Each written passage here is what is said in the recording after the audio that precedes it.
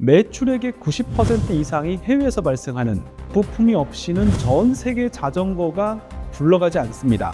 기술과 디자인이 극한까지 끌어올리는 자전거계의 인텔 어디일까요? 한일재단에서 자문교수를 맡고 있고요. 한국에 대해서 일본 경제를 가르치고 또 연구하고 있는 이창민입니다. 오늘은 퀴즈를 하나 내면서 시작하겠습니다. 제가 말씀드리는 힌트를 듣고 일본 기업의 이름을 맞춰주시면 되는데요. 자, 첫 번째 힌트. 자전거 부품 하나로 전 세계를 석권한 일본 기업입니다. 아마 여기까지만 들으셔도 많은 분들이 정답을 아실 것 같은데요. 혹시 모르시는 분들이 계실까봐 한 가지 힌트를 더 드리겠습니다. 낚시 좋아하시는 분들 역시 이 기업을 절대로 모를 수가 없습니다. 자전거와 낚시용품 단 두 가지로 전 세계를 석권한 일본 기업이고요. 매출액의 90% 이상이 해외에서 발생하는 가장 글로벌화되어 있는 일본 기업이라고 할 수 있는 이 기업은 어디일까요? 정답은 바로 시마노입니다. 이 시마노의 부품이 없이는 전 세계 자전거가 굴러가지 않습니다. 특히 로드바이크, MTB 시장에서는 그야말로 독보적인 점유율을 가지고 있습니다. 당장 길 가시다가 주변에 자전거가 있으면 한번 유심히 살펴보세요. 10중 8구는 아마 시마노의 상표를 발견하실 수 있을 겁니다. 미국 기업 인텔 아시죠? 이 인텔 같은 경우는 직접 컴퓨터를 만들지는 않지만 이 컴퓨터 제조업체에 CPU만 제공하면서도 엄청나게 높은 수익을 내고 있습니다.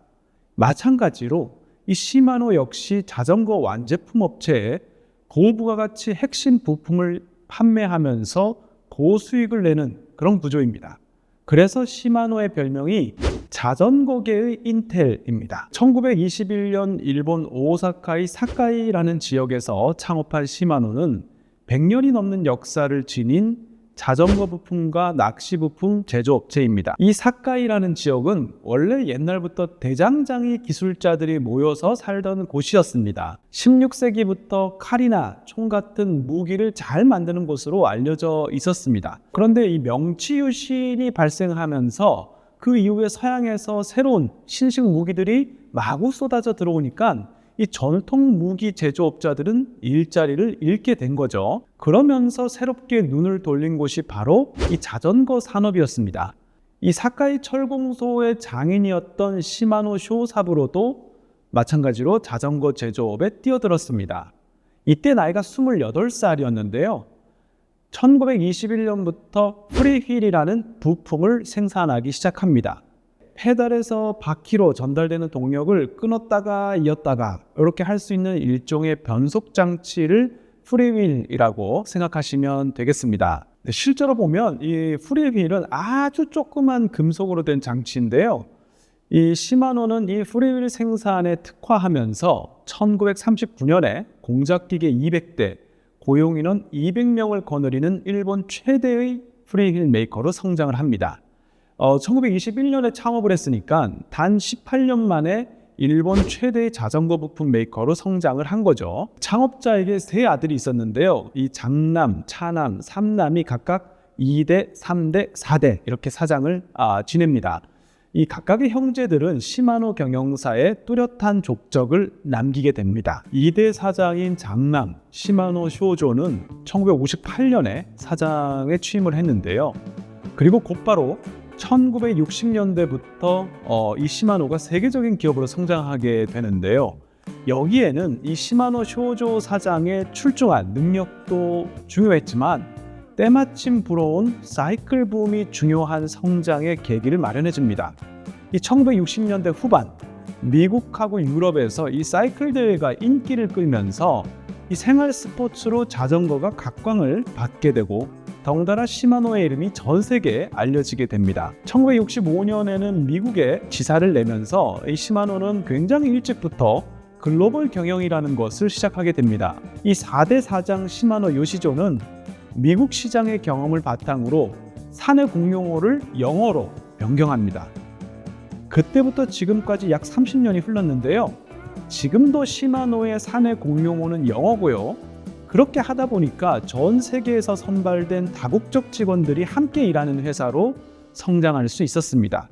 시마노는 자전거 부품의 모듈화를 주도한 기업입니다. 이 모듈을 다른 말로 하면 컴포넌트인데요. 변속기, 크랭크, 페달, 체인 이런 자전거 부품을 한 덩어리로 해가지고 이렇게 세트로 판매하는 방식이라고 할 수 있겠습니다. 시마노 입장에서도 사실 부품을 하나하나 판매하는 것보다 이렇게 묶어서 컴포넌트로 판매하는 게 훨씬 매출도 올릴 수 있는 방법이죠. 네, 시마노의 강점은 기술과 디자인이라는 두 분야를 극한까지 끌어올리는 사실상 공예품 생산의 경지에 이르렀다는 점입니다.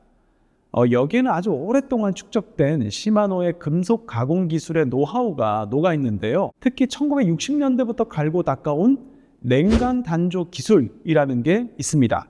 이 냉간 단조라고 하는 것은 상온에서 금속에 압력을 가해서 원하는 형상을 만드는 방식이라고 생각하시면 되는데요. 이 절삭, 그러니까 깎아내는 과정을 최소한으로 하고 두드려서 형상을 만들기 때문에 강성은 유지하면서도 가벼운 경량화를 달성할 수가 있습니다.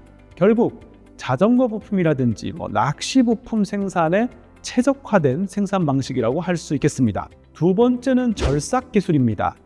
이 자전거 보시면 크랭크 있죠. 그 자전거의 크랭크나 뒷바퀴의 변속기, 기어, 이걸 한번 보시면 굉장히 그 절삭면이 예쁘고 정밀하게 다듬어져 있는 것을 보실 수 있을 겁니다. 시마노의 절삭 기술이 얼마나 뛰어난지는 이 자전거를 잘 모르는 사람도 이 뒷바퀴의 변속기만 봐도 한눈에 알 수 있을 정도입니다. 마지막으로 이 표면 처리 기술인데요. 일단 표면 처리라는 게 부식을 막는다든지 마모를 막기 위해서도 필요하지만 이 명품에는 마무리의 아름다움이 필요하죠. 이 제조기업에게 있어서 이 표면 처리 기술력이 매우 중요한데요. 특히 시마노는 소재의 아름다움을 극한까지 추구한다는 그런 철학 때문에 이 표면 처리 기술에 굉장히 자부심을 가지고 있는 기업이라고 할 수가 있습니다. 이런 에피소드가 있습니다. 이 세계 최대의 자전거 기업 중에 대만의 자이언트라는 회사가 있습니다. 이 자이언트는 시마노의 기어를 사용하고 있는데요.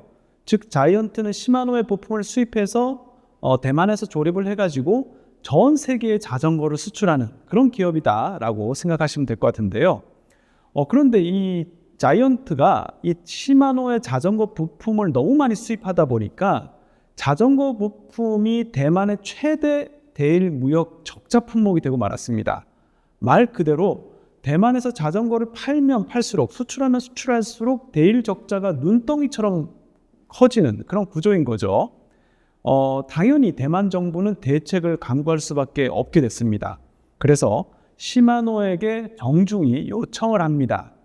이 대만의 자이언트가 시마노의 최대 고객 중에 하나이기 때문에 차제에 부품 공장을 아예 대만에 하나 만들면 어떻겠냐. 이 제안을 들은 시마노는 정말 단 1초도 고민하지 않고 단박에 거절했습니다. 당시 시마노의 사장이었던 시마노 요시조는 이렇게 이야기를 했습니다.